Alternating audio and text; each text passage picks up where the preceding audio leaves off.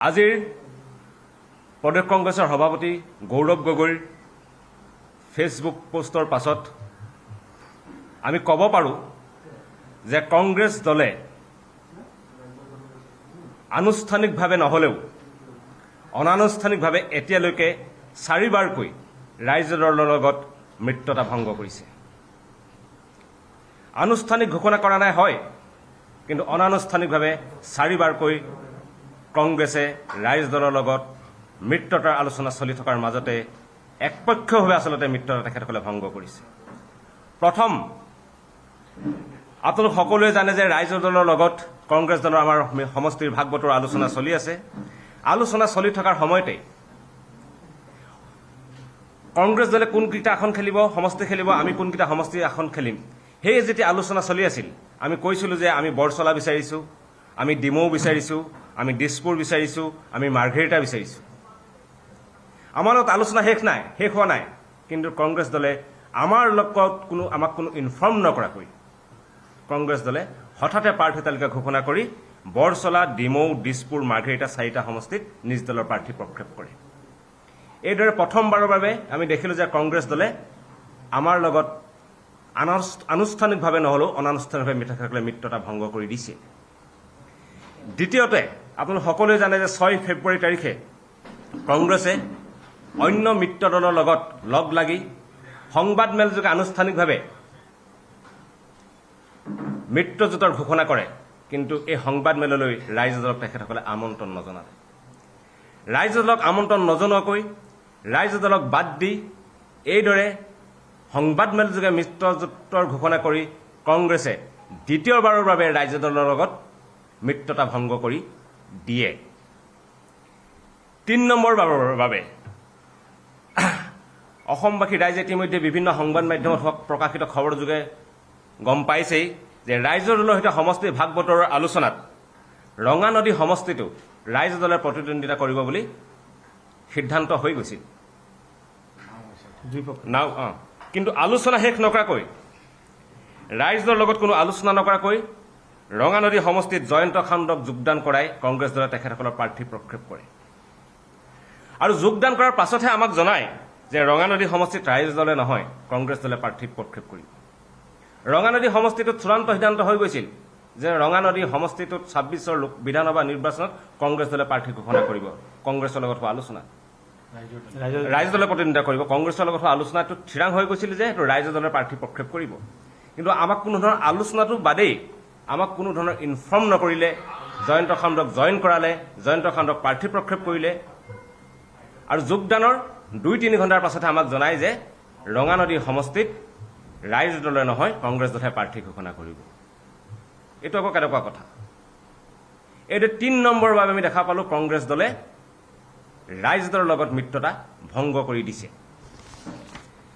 আৰু 4 নম্বৰ বাবে আমি অসমৰ বাসীক জনাওঁ যে কালি মাজনিশা পৰ্যন্ত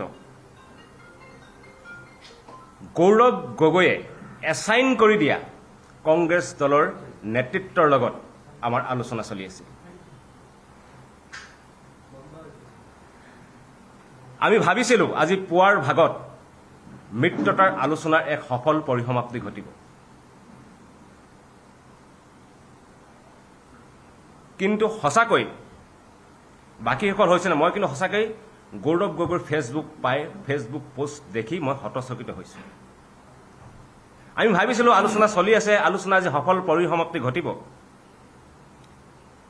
আমালৈ এক ইতিবাচক খবৰ আহিব, কিন্তু মিত্ৰতাৰ আলোচনা সন্দৰ্ভত কোনো ধৰণৰ যোগাযোগ নকৰাকৈ প্ৰদেশ কংগ্ৰেছৰ সভাপতি গৌৰৱ গগৈয়ে একপক্ষীয়ভাৱে ফেচবুক পোষ্ট যোগে ঘোষণা কৰে যে ৰাইজৰ দলৰ সৈতে মিত্ৰতাৰ বিষয়টোৰ পৰা অলপ সময়ৰ বাবে বিৰতি লৈছোঁ, পৰৱৰ্তী সময়ত এই বিষয়টো আমি পুনৰ বিবেচনা কৰিম।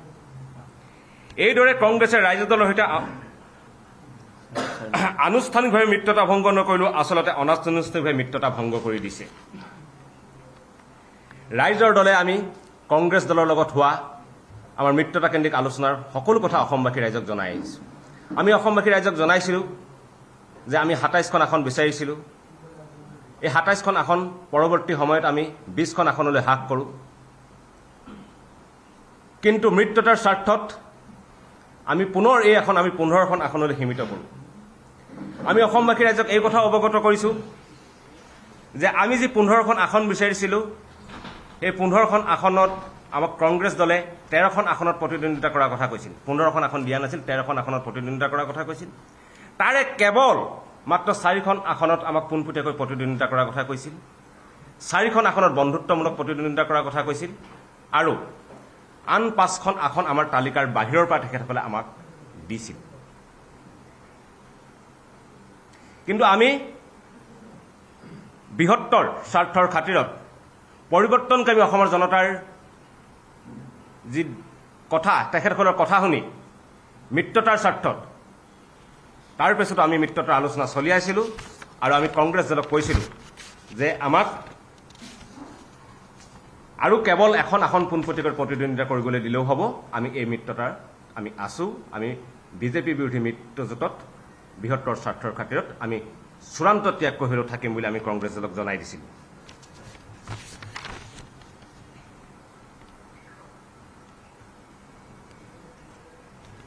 এই কথা জনোৱাৰ পিছতো আমাৰ আলোচনা চলি আছিল, কিন্তু কথা নাই বতৰা নাই। 6 ফেব্ৰুৱাৰী তাৰিখে কংগ্ৰেছে ৰাইজৰ দলক বাদ দি সংবাদমেলযোগে মিত্ৰজোঁটৰ ঘোষণা কৰে আৰু আমাক বাদ দি আচলতে যেতিয়া সংবাদমেলযোগে মিত্ৰজোঁটৰ ঘোষণা কৰে তেতিয়া আচলতে কাৰ্যত ৰাইজৰ দলৰ বাবে মিত্ৰতা দুৱাৰ আচলতে কংগ্ৰেছে বন্ধ কৰি দিছিল। তাৰপিছত কংগ্ৰেছে আমাৰ লগত কোনো ধৰণৰ আলোচনা কৰা নাছিল, কিন্তু বিভিন্নজন শুভাকাংক্ষী আৰু পুনৰবাৰ কৈছোঁ পৰিৱৰ্তনকামী জনতাৰ স্বাৰ্থত ৰাইজৰ লগত উদ্যোগত পুনৰ আলোচনাৰ বাট মুকলি হৈছিল। আমি এবাৰ ৰাইজ দলৰ নেতৃত্বই পোনপটীয়াকৈ গৌৰৱ গগৈৰ লগত আলোচনা কৰিব বিচাৰিছিলোঁ, কিন্তু গৌৰৱ গগৈ আলোচনাৰ বাবে আমাক দিবলৈ তেখেতৰ হাতত সময় নাছিল, তেখেতে আমাক সময় নিদিলে। পুনৰ তেখেতে ৰিপুণ বৰাৰ লগত আলোচনা কৰি বহিবলৈ আমাক কয় আৰু 9 ফেব্ৰুৱাৰীত ৰিপুণ বৰাৰ লগত হোৱা আলোচনাত মিত্ৰতা কেন্দ্ৰিক সকলো জটিলতা আঁতৰ হৈছিল। সমষ্টিৰ চূড়ান্ত তালিকা পৰ্যন্ত চূড়ান্ত হৈ গৈছিল। 9 ফেব্ৰুৱাৰীৰ ৰিপুণ বৰাৰ লগত যি আলোচনা হৈছিল, মই অসমবাসী ৰাইজক জনাইছোঁ যে মিত্ৰতা কেন্দ্ৰিক সকলো জটিলতা আঁতৰ হৈছিল। ৰাইজৰ দলে কেইখন আসনত খেলিব, ৰাইজৰ দলে কোনকেইখন আসনত খেলিব, এই সকলোবিলাক কথা চূড়ান্ত হৈ গৈছিল। কিন্তু দুৰ্ভাগ্যজনক কথা যে ৰিপুণ বৰাৰ লগত আলোচনা শেষ হোৱাৰ 2 ঘণ্টাৰ পিছতে পুনৰ আমাৰ ৰাইজৰ দলৰ নেতৃত্বলৈ ফোন আহি কয়, ফোনযোগে জনাই দিয়ে যে নহয়, ৰঙানদী সমষ্টিটো ৰাইজৰ দলে খেলিব নোৱাৰিব, ৰঙানদী সমষ্টিত কংগ্ৰেছে প্ৰাৰ্থী দিব। সকলো ধৰণৰ জটিলতা আঁতৰ হৈছিল। তাৰ পাছত কেৱল অগপৰ পৰা সেইদিনাখনে জইন কৰা 9 ফেব্ৰুৱাৰী দিনাখনে জইন কৰা জয়ন্ত খাণ্ডক কংগ্ৰেছৰ প্ৰাৰ্থিত্ব দিয়াৰ কাৰণেই আচলতে মিত্ৰতাক পুনৰ এক অচলাৱস্থাৰ সৃষ্টি হয়। সকলো ধৰণৰ আলোচনা হৈ গৈছিল, আমি চূড়ান্ত কৰি পেলাইছিলোঁ, আমাৰ ফালৰ পৰা গ্ৰীণ ছিগনেল দিছিলোঁ। ৰিপুণ বৰা ডাঙৰীয়াই তেখেতসকলৰ নেতৃত্বৰ লগত কথা বতৰা পাতি গ্ৰীণ ছিগনেল দিলে যে অ'কে হৈ যাব। সেইদিনাখনে চিলমোহৰ মৰাৰ কথা আছিল, কিন্তু নহ'ল। 2 ঘণ্টাৰ পিছত জনাই দিয়ে যে ৰঙানদী সমষ্টিত তেখেতসকলেহে খেলিব, আমাক ৰাইজৰ দলক খেলিবলৈ নিদিয়ে। আৰু কি কাৰণে নিদিয়ে? সেই 9 তাৰিখৰ দিনাখনে যোগদান কৰা এজন ব্যক্তিৰ স্বাৰ্থত আচলতে মিত্ৰতাটো পুনৰ কংগ্ৰেছে ভাঙি দিবলৈ বিচাৰিলে। আমি অসমবাসী ৰাইজক জনাই আহিছোঁ যে যেতিয়া মিত্ৰতা কেন্দ্ৰিক আলোচনা চলিছে, সমষ্টিৰ ভাগ বতৰ চলিছে, কংগ্ৰেছত থকা বিভিন্ন লবি আছে, তেখেতসকলৰ বিভিন্ন লবিৰ বিভিন্ন প্ৰাৰ্থী থাকে, তাক লৈ বিভিন্ন সময়ত অচলাৱস্থাৰ সৃষ্টি হয়।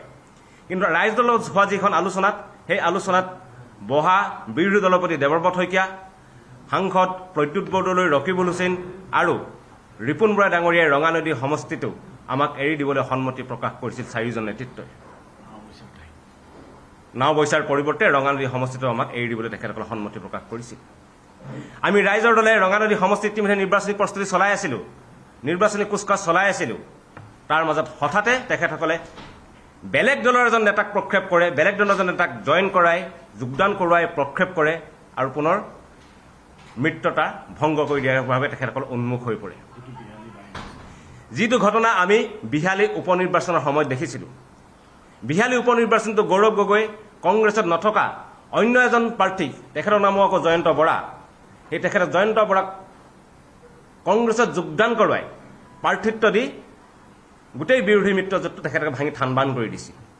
আৰু এইবাৰো কংগ্ৰেছ দলত নথকা জয়ন্ত খাণ্ডক প্ৰাৰ্থিত্ব দিয়াৰ কাৰণে তেখেতে কংগ্ৰেছৰ আৰু ৰাইজৰ দলৰ মিত্ৰতাত তেখেতে পুনৰ অচলাৱস্থাৰ সৃষ্টি কৰে।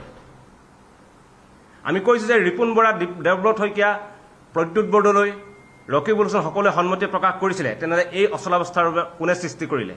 অন্য এটা লবি মীৰা বৰঠাকুৰ। তাৰপিছত আমাৰ সন্দেহ হয় কেৱল মীৰা বৰঠাকুৰে এইটো কৰিব পাৰেনে গৌৰৱ গগৈৰ আশীৰ্বাদ নাথাকিলে? ইমানখিনি হৈ যোৱাৰ পিছতো কিন্তু আমি মিত্ৰতাৰ পক্ষতে আছিলোঁ আৰু আমি পুনৰ আলোচনা চলাই গৈছিলোঁ।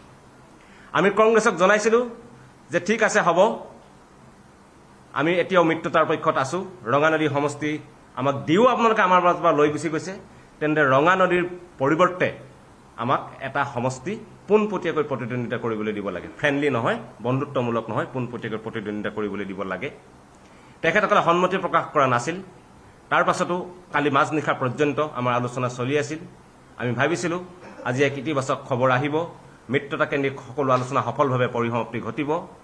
কিন্তু সকলোকে হতচকিত কৰি গৌৰৱ গগৈৰ ফেচবুক পোষ্ট, মিত্ৰতাত বিৰতি বিচাৰিছে, পুনৰ বিবেচনা কৰিব। আমি ৰাইজ দলৰ এটাই কথা ক'ব বিচাৰিছোঁ যে আমি মিত্ৰতাত আলোচনাত কোনো ধৰণৰ বিৰতি বিচৰা নাই। আমি মিত্ৰতাৰ আলোচনাত তড়িৎ গতিৰ হোৱাটো বিচাৰিছোঁ। মিত্ৰতাৰ আলোচনা বিদ্যুৎ গতিত হ'ব লাগে। যিমান পাৰে সিমান ফাষ্ট ট্ৰেকত এই মিত্ৰতাৰ আলোচনা চলিব লাগে। মিত্ৰতাত চিলমোহৰ মাৰিব লাগে আৰু পৰিৱৰ্তনকামী জনতাৰ আশা আকাংক্ষা প্ৰতিফলিত কৰি সকলো বিৰোধীৰ এক দল একলগ হৈ বিজেপিৰ বিৰুদ্ধে মৰণপণ যুঁজখনত নামিব লাগে। কিন্তু তাৰ বাবে হাতত এইদৰে সময় নাই। বিৰতি লৈছোঁ, পুনৰ বিবেচনা কৰিম, এইবিলাক কথা কৈ নিৰ্বাচনী যুঁজখনক দুৰ্বল কৰাৰ কোনো অজুহাত কোনো পক্ষই লোৱাটো অনুচিত বুলি ভাবোঁ। এইটো কোনো আমি লুডু বা কেৰম খেলৰ দৰে এটা টাইম পাছ কৰি থকা গেম খেলি থকা নাই। আমি এটা চিৰিয়াছ কামত লাগিছোঁ। আমি ভাবিছোঁ যে এইবাৰ আমি বিজেপিক অসমৰ পৰা বিদায় দিম। তাৰ বাবে সকলোৱে চিৰিয়াছলি লৈ কথাবিলাক ভাবিব বুলি ভাবিছোঁ। হাতত কিন্তু সময় নাই। গতিকে আমাৰ আহ্বান, যিমান পাৰে সিমান তড়িৎ গতিত, যিমান পাৰে সিমান বিদ্যুৎ গতিত ফাৰ্ষ্ট ট্ৰেকত আলোচনা চলিব লাগে। মিত্ৰতাত চিলমোহৰ মাৰিব লাগে, নহ'লে পৰিণাম কিন্তু সকলোৱে ভুগিব।